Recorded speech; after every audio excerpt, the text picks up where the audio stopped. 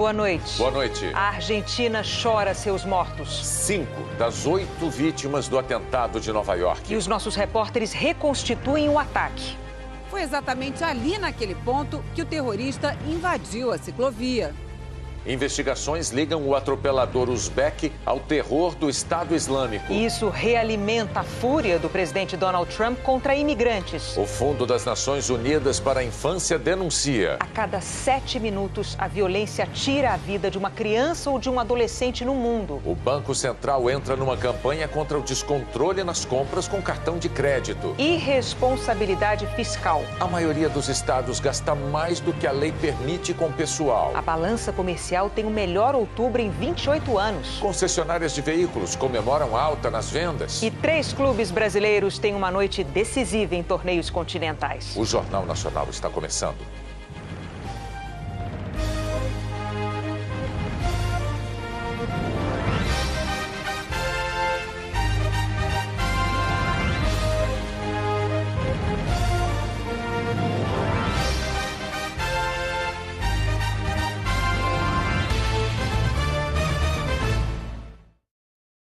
A Procuradoria de Nova York acusou o atropelador que matou 8 pessoas ontem de apoiar a organização terrorista. Ele nasceu no Uzbequistão, na Ásia Central, mas só teria se tornado um radical nos Estados Unidos. Este é o rosto por trás do atentado de ontem. Sayfullo Saipov tem 29 anos e nasceu no Uzbequistão. Em 2010 veio morar nos Estados Unidos, primeiro no estado de Ohio, depois na Flórida e por último em Nova Jersey. Ele trabalhava como motorista de um aplicativo de transporte e passou pelo processo de seleção da empresa sem levantar suspeitas. Chegou a ser preso por um delito leve e recebeu multas de trânsito. O terrorista passou por uma cirurgia durante a noite aqui neste hospital. Ele está consciente e conversando com os policiais. A mulher dele, com quem tem 3 filhos, também prestou depoimento. O FBI, a Polícia Federal americana, investiga se o agressor tem ligações com outros suspeitos de atividades terroristas. O presidente do Uzbequistão condenou o que chamou de crime extremamente cruel e disse que vai fazer de tudo para ajudar nas investigações. Na caminhonete usada no ataque, a polícia encontrou facas e um bilhete em que ele dizia ter agido inspirado pelo grupo terrorista Estado Islâmico. Policiais fizeram buscas na mesquita que Saipov frequentava e na casa dele. No computador encontraram material sobre o grupo terrorista. Segundo os investigadores, ele seguiu à risca as instruções que a organização publicou na internet sobre como planejar atentados com veículos. Eles também disseram que o agressor passou várias semanas planejando o ataque. Este aqui é o lugar exato onde o terrorista invadiu essa ciclovia. Ele escolheu esse ponto aqui porque normalmente não há nenhuma barreira impedindo a passagem de carros. E também porque daqui até o ponto onde ele parou não há nenhuma rua transversal que ele precisasse atravessar. Isso significa que ele teve caminho livre para fazer o maior número de vítimas possível. As autoridades detalharam passo a passo do atentado. Às 2h06 da tarde de ontem, Saipov alugou a picape na cidade de Passaic, no estado de Nova Jersey. De lá, seguiu para Nova York e às 2h43 pegou a rua West, uma via expressa que corta Manhattan de norte a sul. Às 3h04, ele saiu da pista e invadiu a ciclovia, onde percorreu cerca de 1,5 km, atropelando ciclistas e pedestres até bater em um ônibus escolar. 4 minutos depois, o suspeito foi ferido com um tiro na barriga e preso. O policial Ryan Nash, que disparou contra o terrorista, está sendo tratado como herói. Entre os mortos estão 5 amigos que vieram da Argentina comemorar os 30 anos de formatura numa escola politécnica. Hernan Mendoza, Diego Angelini, Alejandro Panhuco, Ariel Erlige e Hernan Feruc passaram um ano planejando o encontro. Um 6º amigo, Martim Marro, está internado. O jornal argentino Clarín publicou imagens gravadas por um dos sobreviventes pouco antes da tragédia. O presidente da Argentina, Maurício Macri, disse que a notícia teve um impacto muito grande nele e nos argentinos e pediu a união de todos na luta contra o terrorismo. As outras vítimas são Anne Decade, uma turista belga que tinha 2 filhos pequenos, e 2 americanos, Nicholas Cleves, de 23 anos, e Darren Drake, de 32. O prefeito Bill de Blasio disse que todos serão nova-iorquinos para sempre. Jeffrey trouxe flores para homenagear os turistas que perderam a vida ontem. Somos uma cidade aberta e todos são bem-vindos aqui. O presidente dos Estados Unidos começou o dia apontando culpados pelo atentado de ontem. Nas redes sociais, na internet, Donald Trump acusou adversários do Partido Democrata de terem criado leis que facilitaram a imigração de terroristas. Foi como se ele tivesse tirado a sorte grande. Saifullah Saipov foi sorteado no Uzbequistão para ganhar o Green Card, o direito de morar nos Estados Unidos. Como todo imigrante, teve que passar pela checagem de segurança, mas conseguiu a chance de obter um visto num sistema de loteria, criado para beneficiar cidadãos de países com pouca representação entre os americanos. O Uzbequistão é um deles. O Brasil, por exemplo, não. Donald Trump não esperou para atacar. Estamos lutando por uma imigração baseada em mérito, ele escreveu. Não mais esses sistemas de loteria dos democratas. Precisamos ficar bem mais rígidos e inteligentes. Isso foi uma beleza criada pelo Chuck Schumer. Chuck Schumer é senador e líder da bancada democrata. Ele foi um dos criadores dessa lei das loterias quase 30 anos atrás, aprovada no Congresso com o apoio da maioria dos republicanos. E aí o Schumer usou as redes sociais hoje para se defender. Acho então que não é cedo demais para politizar uma tragédia. É impossível não notar a simbologia de um atentado como esses. Foi aqui, no final dessa rua, que o terrorista foi baleado, muito perto do centro financeiro de Nova York, mas principalmente a poucas quadras do que hoje é o memorial do maior trauma da história recente do país. Esse é o One World Trade Center, onde antes ficavam as Torres Gêmeas, que foram destruídas em 11 de setembro de 2001. Naquela época, George W. Bush, também do Partido Republicano, tomou cuidado para não estigmatizar os muçulmanos no país. Há um mês, depois que um homem fortemente armado matou 58 pessoas em Las Vegas, a Casa Branca disse que era cedo para discutir o controle de armas e pediu para que não se politizasse a tragédia. Agora hoje, na Casa Branca, Trump reclamou da oposição e anunciou que vai endurecer as regras de imigração. Diz que vai acabar com as loterias. Precisamos de gente que ajude os Estados Unidos. E perguntado se consideraria mandar o terrorista para a prisão de Guantánamo, em Cuba, Trump respondeu que sim. A prisão, acusada por especialistas da ONU de violar os direitos humanos, foi criada depois dos ataques de 11 de setembro. Na França, outro país que foi profundamente impactado pelo terrorismo, o governo transformou em lei medidas de exceção. O estado de emergência veio para ficar. A polícia já não precisa mais ouvir juízes para interditar ruas ou fazer blitz. O governo ganhou poderes para fechar lugares onde exista pregação ao ódio. Os policiais têm mais ferramentas para fazer buscas em residências, mas ainda precisam do aval da justiça. Alguns acreditam que as medidas não foram longe o suficiente. Já os críticos afirmam que a nova lei prejudica liberdades civis com uma definição vaga de terrorismo, que aumenta o receio de medidas arbitrárias, sobretudo contra imigrantes e minorias. A ONG Human Rights Watch declarou que a França se viciou no estado de emergência. Uma pesquisa recente mostrou que mais de 80% dos entrevistados apoiam a nova lei. A inteligência francesa conseguiu frustrar mais de 30 atentados desde os ataques em novembro de 2015, em vários pontos de Paris, como o Stade de France e na boate Bataclan. Foi quando começaram as medidas de exceção. O primeiro-ministro francês garante que a vigilância vai ser ainda maior. A nova lei antiterror da França começa a valer um dia depois do ataque em Nova York.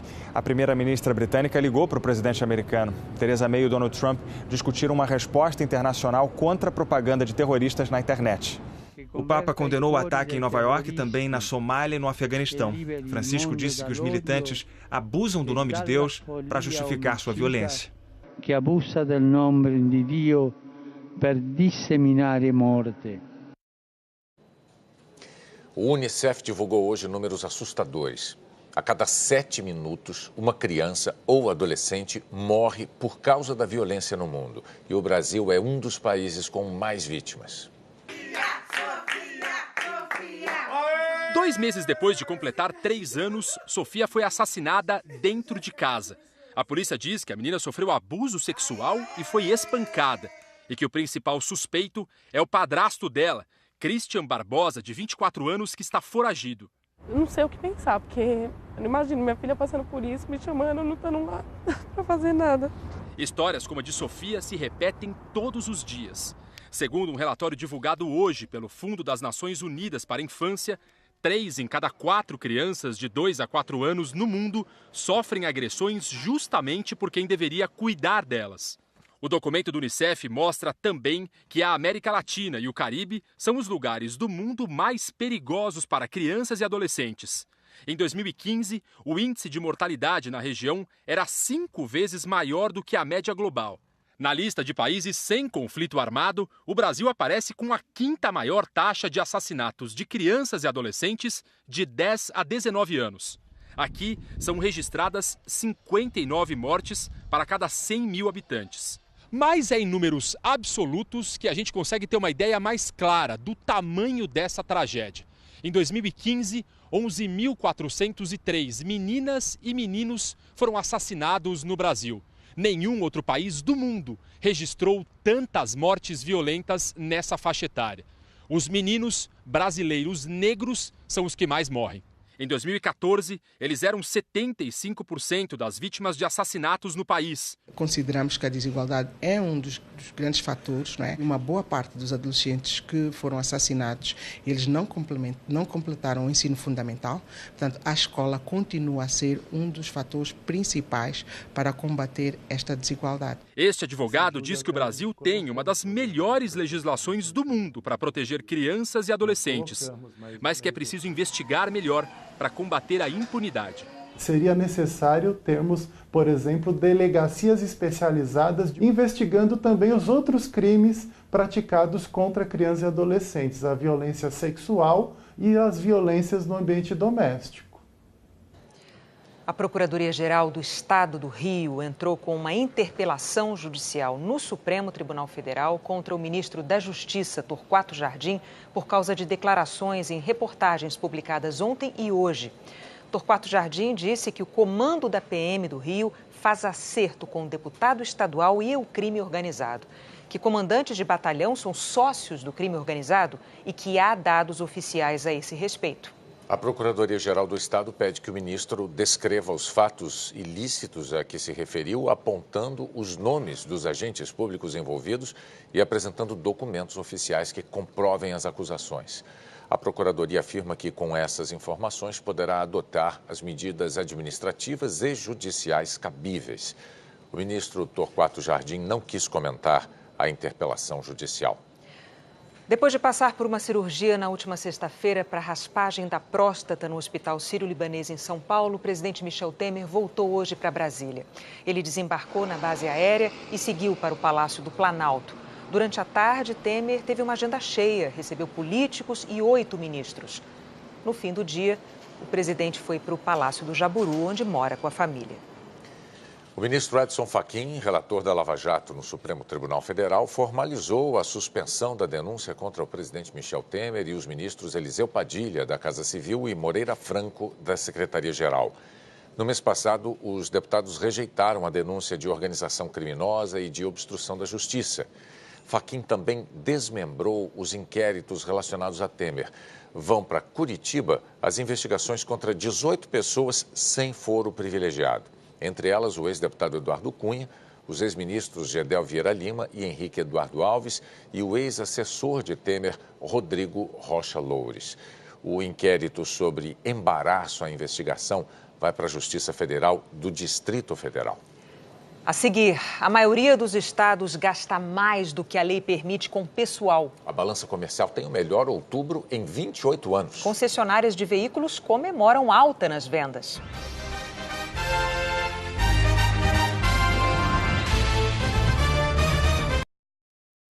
A balança comercial brasileira teve o melhor resultado para um mês de outubro em 28 anos.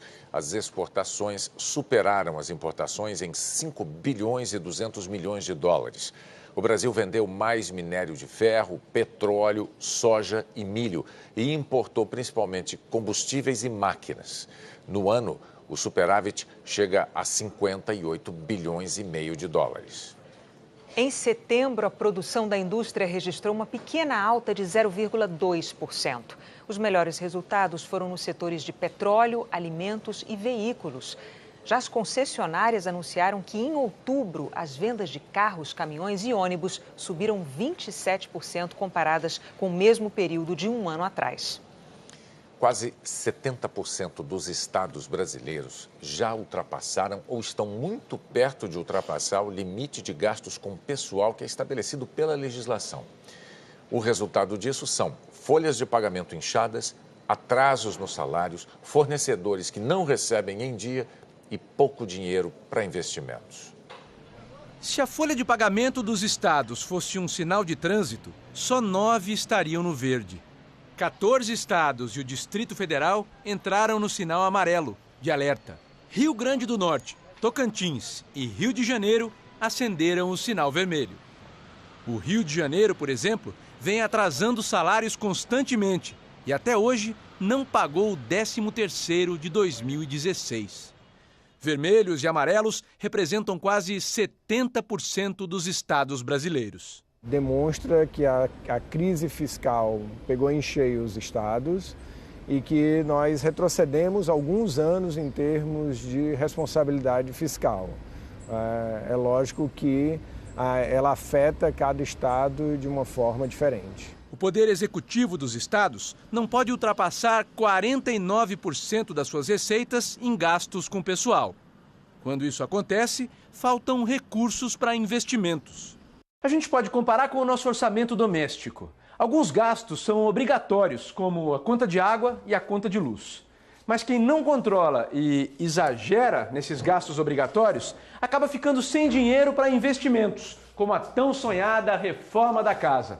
Na hora do aperto, a primeira decisão é parar a obra, deixando uma pedra no meio do orçamento e um monte de entulho no meio do caminho. Assim também são os governos. Tem alguns investimentos, como uma construção de uma escola, a construção de um posto de saúde, a ampliação de uma rede de ensino, por exemplo, ou mesmo a construção de um metrô, que ele pode dizer, não vai dar para fazer agora porque não temos capacidade de investir. Os estados sofrem punições após um período descumprindo a regra dos 49%, como a perda de crédito e o corte de convênios e repasses da União. Para voltar à normalidade e garantir pagamentos, o estado precisa fazer um esforço, ou aumentar a receita ou reduzir o custo com o pessoal. Uma tarefa complicada, já que a tendência é que a folha de pagamento sempre cresça, principalmente por causa dos reajustes. Minas Gerais, que estava no vermelho nos primeiros 4 meses do ano, teve um alívio com o aumento da arrecadação, mas continua perto do limite. Tocantins, para tentar se readequar, criou um programa de desligamento voluntário. Houve também redução de carga horária. Nossa meta agora é concluir os pagamentos das folhas de outubro e novembro e principalmente pagar o 13º salário dos servidores. O Rio Grande do Norte vive uma situação diferente. Recentemente, declarou que saiu do vermelho, mas não por aumento de arrecadação e nem por redução de gastos. Com o aval do Tribunal de Contas do Estado, retirou da conta os inativos. É uma questão contábil e que propicia ao Estado a contratar operações de créditos. Já o Rio de Janeiro está há 1 ano fora do limite de gastos. É o pior da lista. Teve que entrar num plano de recuperação fiscal. Dá um tratamento diferenciado ao Estado, em que ele é como se ele estivesse sob uma tutela fiscal da União. E aí ele, mesmo estourando os limites, ainda pode fazer algumas operações, como está fazendo agora o do empréstimo de 2,9 bilhões. O banco francês BNP Paribas vai emprestar 2 bilhões e 900 milhões de reais ao governo do estado do Rio. O banco foi o único a dar um lance num leilão realizado pelo governo. O estado vai pagar o empréstimo em 3 anos, ou depois da alienação das ações da SEDAI, a Companhia Estadual de Águas e Esgotos. O governo do Rio declarou que o dinheiro vai ser usado integralmente para pagar salários atrasados dos servidores até o fim desse mês. O Banco Central e as administradoras de cartões de crédito lançaram uma campanha para o uso consciente. 2 em cada 10 consumidores dizem que recebem a fatura com valor maior do que poderiam pagar. Nesta sala de aula, todos estão aprendendo a não perder as contas. No Procon de São Paulo, as palestras orientam quem está com dívidas atrasadas. Uma das principais é a do cartão de crédito. Quando tudo aperta, é uma tentação pagar a parcela mínima e empurrar até o mês seguinte. 60% das pessoas que chegam aqui perderam o controle das contas por causa do desemprego, de gastos com tratamento de doenças, de queda na renda. São fatores que pegam a gente de surpresa. Mas uma parcela grande dos superendividados poderia ter evitado essa dor de cabeça se tivesse se planejado para não estourar o limite do orçamento. E estourar orçamento com a taxa de juros cobrada no Brasil é muito perigoso. No caso do cartão de crédito, os juros do rotativo chegam a quase 230% ao ano, segundo o Banco Central. O BC até mudou em abril as regras para evitar aquelas dívidas de bola de neve. O mínimo que a gente tem que pagar da fatura é 15% do total. Numa conta de R$500, dá para pagar R$ 75 no vencimento. Se não pagar o resto no mês seguinte, o banco tem que oferecer uma linha de financiamento com juro menor. Mas aí vem todos os encargos somados. Juros, IOF, multa. E se não tiver planejamento, logo a gente se afunda. Pondo numa planilha coisas que nós não fazíamos, aleatoriamente gastávamos, né? Então chegou esse patamar que está sufocante, né? Cartão de crédito pode ajudar se for usado com controle, de olho no vencimento. Segundo a pesquisa da Associação do Setor, de cada 100 pessoas que usam cartão, 5 entram no rotativo. Boa parte das pessoas que erram em planejamento emprestam o seu cartão de crédito, portanto, o seu nome e o seu crédito. A Gabriela não tem nenhuma dívida. Veio aprender na palestra a se manter desse jeito por muitos anos. Eu anoto, geralmente eu tiro um pouquinho e guardo, outro eu pago o que tem que pagar, e para manter sempre um controle. Qual que é o sonho que você quer realizar com essa poupança? Qual o motivo dela? Comprar um imóvel. O Comitê de Monitoramento do Setor Elétrico decidiu hoje que não vai ser necessário acionar usinas térmicas mais caras para a produção de energia. Isso é bom porque a energia dessas usinas é mais cara e acaba pesando na conta de luz. 2017 tem sido um dos piores anos para a geração elétrica no Brasil porque choveu pouco. Em outubro, o nível dos principais reservatórios brasileiros atingiu 17,68%. É um dos menores níveis da história. O comitê avaliou que, mesmo assim, o fornecimento de energia está garantido para todas as regiões do país e que não existe risco de desabastecimento esse ano. E a Maju Coutinho já tinha dito que o fenômeno Laninha pode trazer menos chuva que o esperado agora para o fim do ano. Oi, Maju, boa noite. E para amanhã? Qual é a previsão? Para amanhã, feriadão, né, Renata? Boa noite para você, para o Bonner e para todos. Eu vou dar um giro pelas regiões do país, começando pela região Nordeste, onde tem uma frente fria em alto mar que deve provocar uma chuvarada daquelas. Feriado bem molhado lá em Salvador, em Itacaré, em Trancoso, onde deve chover bastante mesmo, destino de muita gente. E para não dizer que eu não falei de sol, quem estiver lá em Maceió, no Recife, em Fortaleza, pode separar biquíni, short de banho, porque vai dar para curtir praia numa boa. Agora a parada é no norte e no centro-oeste do país, onde os temporais são a regra na maior parte aí destas regiões. As únicas capitais com sol em tempo integral serão Macapá, Belém e Campo Grande, e tem calor também. Em pontos do sul e do sudeste, principalmente nas áreas serranas, o dia deve começar embaçado, tem previsão de névoa e nevoeiro que pode atrapalhar a operação em aeroportos. Mas depois que a névoa baixar, a previsão é de sol de rachar na maior parte do sudeste e do sul.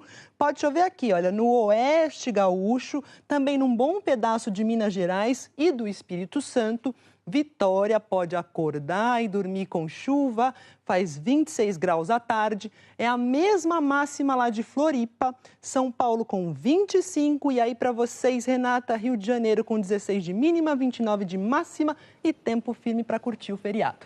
Bom feriado, Maju. Para vocês também. Tchau, tchau. A seguir, o papel fundamental do jornalismo profissional no combate à indústria das notícias falsas. E os clubes brasileiros que têm noite decisiva em torneios continentais.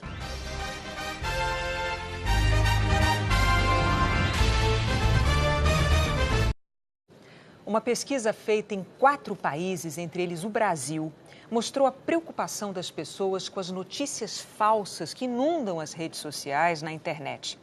Segundo a pesquisa, em busca de credibilidade, as pessoas têm recorrido ao jornalismo profissional. Pode parecer absurdo, mas tem gente que acreditou que um tubarão foi visto nadando numa rua dos Estados Unidos. Impressionante, né? Mas não é verdade. Assim como tantas outras informações que aparecem nas redes sociais. São fake news ou notícias falsas. A expressão foi popularizada pelo presidente americano Donald Trump. Muitos simpatizantes dele espalharam notícias sem verificar se são verdadeiras, como a história de que a ex-primeira-dama dos Estados Unidos, Michelle Obama, nasceu homem, que é claramente falsa. Mas não é o que a maioria faz. Uma pesquisa em 4 países, Estados Unidos, Reino Unido, França e Brasil, mostrou que de cada 4 pessoas, 3 verificam se uma notícia é verdadeira antes de compartilhar essa informação. Os pesquisadores dizem que essa comprovação é feita provavelmente pela TV, jornal, rádio e revistas, por causa da credibilidade. A pesquisa diz ainda que os veículos com maior confiança são os já consolidados. Aqueles que fazem jornalismo de forma profissional, em que jornalistas verificam se uma notícia é verdadeira antes de que ela seja publicada. Entre os veículos mais confiáveis estão as revistas semanais, canais de notícias 24 horas, noticiários de rádios, jornais impressos e noticiários de TV. Entre os menos confiáveis estão aplicativos de mensagens e redes sociais. 39% das pessoas disseram que usam mais fontes de notícias do que há um ano. E 73% disseram que o jornalismo de qualidade é fundamental para uma democracia saudável. O levantamento chamado Confiança nas Notícias foi feito pela Kantar, uma empresa mundial de pesquisas.